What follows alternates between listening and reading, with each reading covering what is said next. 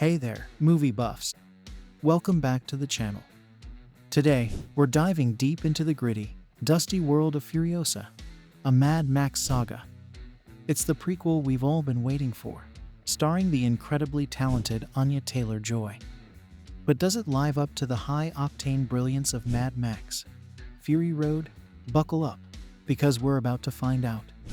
Background story. Long before Charlize Theron brought Imperator Furiosa to life in Fury Road, director George Miller and co-writer Nico Lathoris had already crafted her backstory. This wasn't just some hastily scribbled origin tale. It was a detailed, fleshed-out narrative that Theron herself read to embody Furiosa. After Fury Road blew our minds in 2015, a prequel focusing on Furiosa seemed like a no-brainer. But then came COVID delays and scheduling conflicts, pushing the release further and further. Finally, it's here. And the big question is, was it worth the wait? The setting and storyline. In Furiosa, a Mad Max saga, Miller takes us back to the gritty, unforgiving world we love, but with a twist. Instead of following the already hardened warrior, we get to see Furiosa's transformation. Anya Taylor-Joy steps into the role, and let me tell you, she brings a unique intensity to young Furiosa. The film delves into her early life, her struggles, and what shaped her into the fearless leader we met in Fury Road. It's a story of survival, resilience, and the fight for freedom in a world gone mad. Performances and characters. Anya Taylor-Joy is undoubtedly a talented actress, and she brings a lot to the table as Furiosa. But she's got some gigantic shoes to fill. Charlize Theron's portrayal was iconic, and while Taylor-Joy gives it her all, there's a certain gravitas that feels missing. Alongside her, we have a slew of new characters and a few familiar faces. The supporting cast delivers strong performances, but at times, it feels like the script doesn't quite know what to do with them. It's a mix of hits and misses, with some characters standing out more than others. Action and cinematography. One of the hallmarks of Mad Max, Fury Road, was its relentless action and stunning visuals. Furiosa tries to capture that same magic, but it doesn't always succeed. Don't get me wrong, there are some incredible set pieces and heart-pounding moments. The chase scenes are as wild as you'd expect, and the cinematography is top-notch, with that trademark dusty, grimy look we've come to love. But the pacing can be uneven, and there are moments where the film seems to lose its momentum. It's clear that Miller is trying to tell a more nuanced story here, but that sometimes comes at the cost of the breakneck action we're used to. The Mad Max series has been a cornerstone of post-apocalyptic cinema since the late 70s. From the original Mad Max with Mel Gibson to the explosive Fury Road with Tom Hardy and Charlize Theron, George Miller has crafted a world that's both brutal and mesmerizing. Now, with Furiosa, Miller expands this universe even further. The world of Mad Max. Let's just get this out of the way first. The comparisons will be inevitable. Not only are these two films George Miller's most recent works, but they are naturally tied together. However, these are two very different films. One of the main differences is timing. While Fury Road takes place over a matter of days, if not hours, Furiosa spans nearly 2 decades. Fury Road plunges us immediately into the deep end, engulfing us in the hot flames of Immortan Joe's caravan. In contrast, Furiosa starts more conventionally, beginning with Furiosa's childhood. Character development.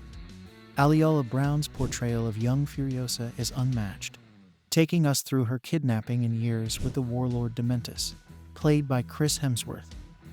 Fast forward to her adult years, and Anya Taylor-Joy takes the helm, bringing explosive energy as Furiosa rises to become the Imperator for Immortan Joe. Because of this expansive timeline, the pacing and tone are completely different. The heart-pounding action of Fury Road isn't fully present here, and in some respects, the story feels weaker for it. Miller's vision and execution.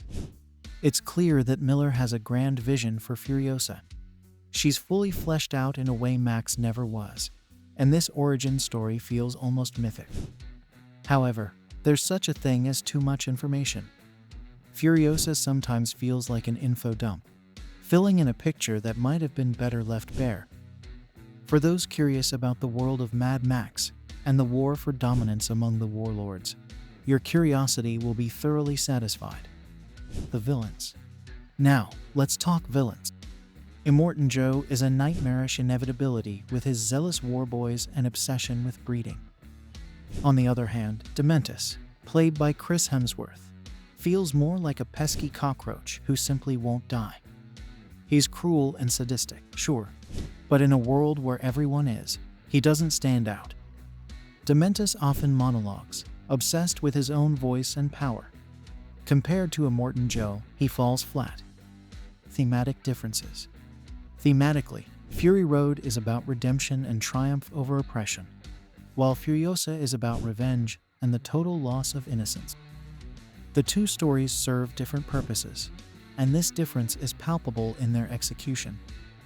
Furiosa is unevenly paced and less action-packed, focusing more on character backstory and development. Pacing and tone. Pacing is a huge factor in how we experience these films. Fury Road is relentless, a non-stop adrenaline rush from start to finish.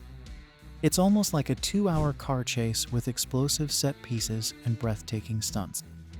Furiosa, however, takes its time.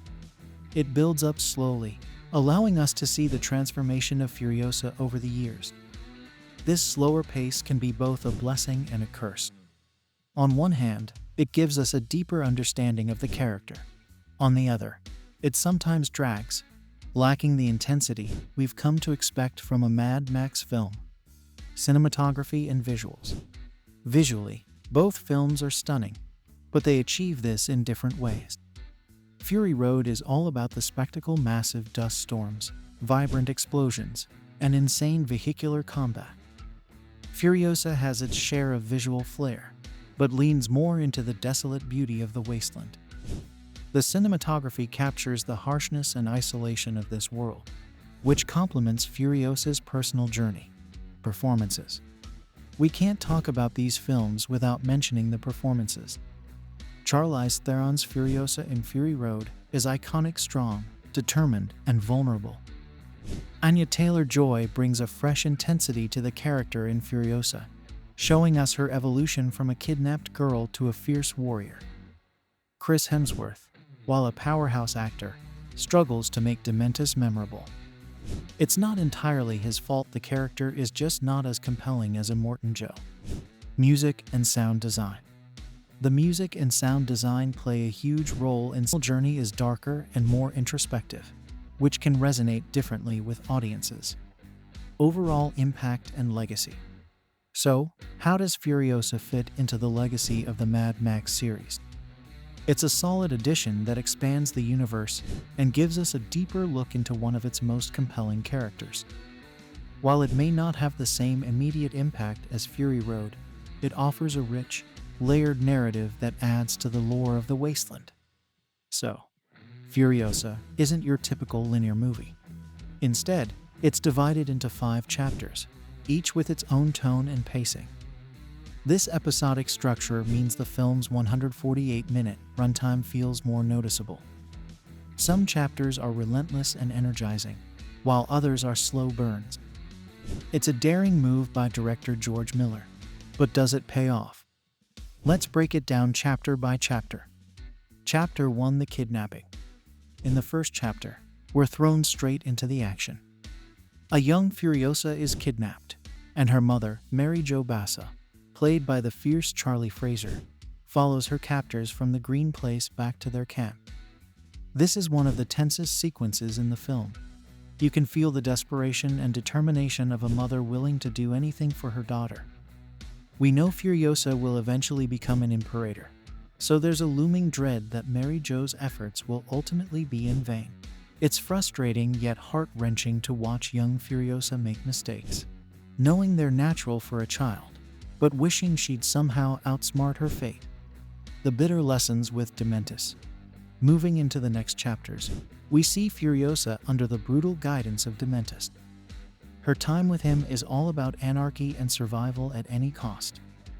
Furiosa, mostly silent, observes and learns from his ruthless methods. The chaos of Dementis rule is in stark contrast to the order found under Immortan Joe's reign. It's intense to watch her navigate this dangerous world, and you can see the wheels turning in her young mind as she figures out what it takes to survive. The encounter with Immortan Joe. Things take a darker turn when Furiosa comes into contact with Immortan Joe's gang. It's disturbing to see her eyed lecherously by Rictus, and the realization hits hard. Survival for a woman here means becoming one of Joe's wives.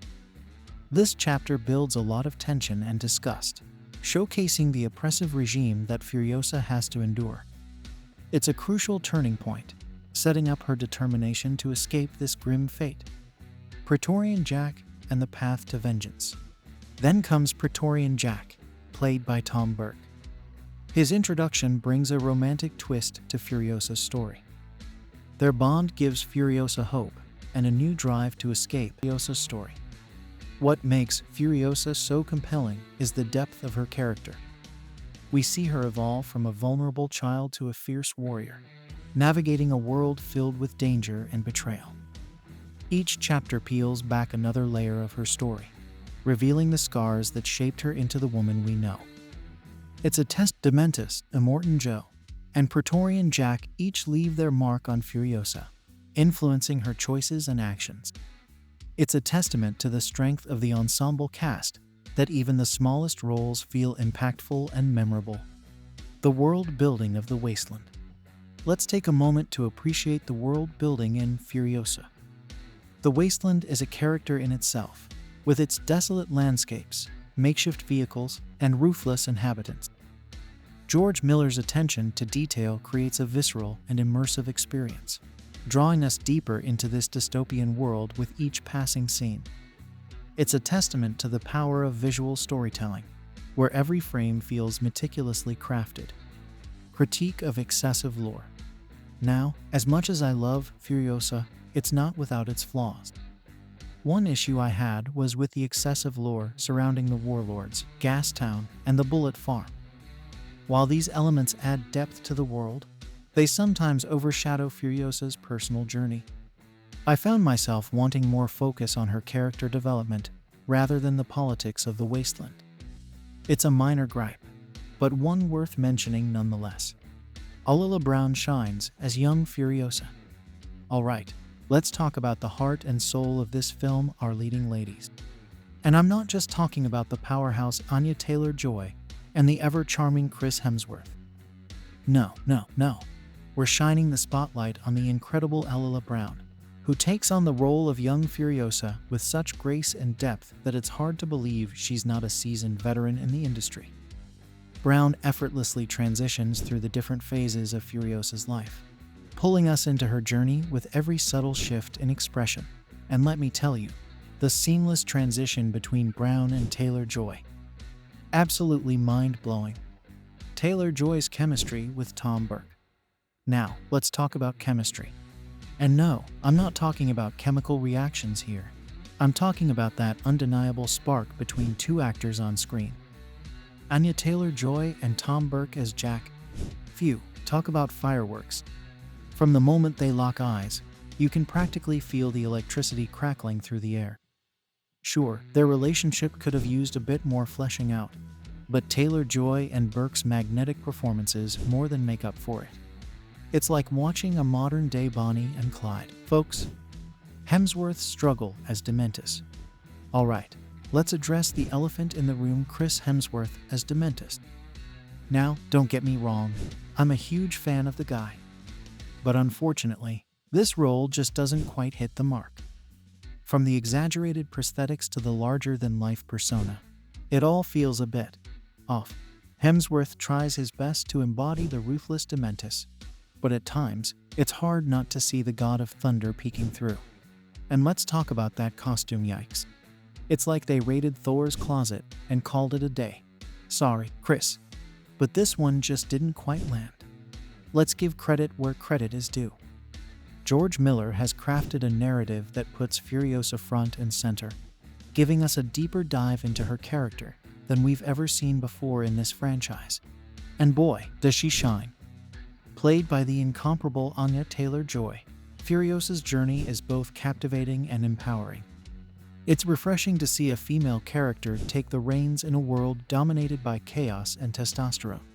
So, kudos to Miller for bringing her story to life in such a compelling way. The weight of expectations. But as much as I'd love to shower Furiosa with endless praise, there's no denying that it carries the burden of being a prequel to the iconic Fury Road. And let's face it, folks, that's a tough act to follow. While Furiosa stands strong on its own, it struggles to escape the shadow of its predecessor. And that's where things get a little tricky. The visuals and soundtrack. Now, let's talk about the technical aspects. The production design in Furiosa is undeniably top-notch, maintaining that gritty, dystopian aesthetic we've come to know and love from the Mad Max universe. However, there's a certain rawness missing from the visuals this time around. Cinematographer Simon Duggan does a commendable job, but there's a lack of that grandiose scale we witnessed in Fury Road. And don't even get me started on the soundtrack. While Junkie XL delivers some memorable tunes, there are moments where the absence of his heart-pounding compositions leaves us feeling a bit empty. Balancing act.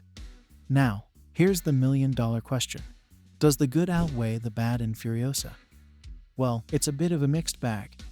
On one hand, we have Alala Brown and Anya Taylor-Joy delivering powerhouse performances that elevate the film to new heights. But on the other hand, there are instances where the story feels a tad bloated, weighed down by too many ideas vying for attention.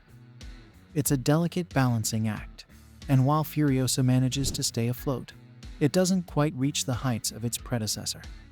In the swirling sands of Miller's dystopian vision, Furiosa, a Mad Max saga emerges as a testament to the enduring power of storytelling.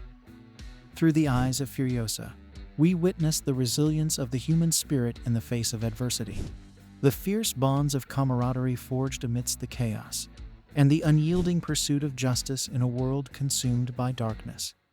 While Furiosa may not reach the dizzying heights of its predecessor, it remains a captivating exploration of one woman's journey from innocence to vengeance, brought to life by the indomitable performances of Alala Brown and Anya Taylor-Joy. Despite its flaws and missteps, the film stands as a beacon of hope in a landscape ravaged by despair, reminding us that even in the bleakest of times, the flames of heroism still burn bright. So let us raise our fists in solidarity with Furiosa, a warrior for the ages, and salute George Miller for daring to venture once more into the maelstrom of the Mad Max universe.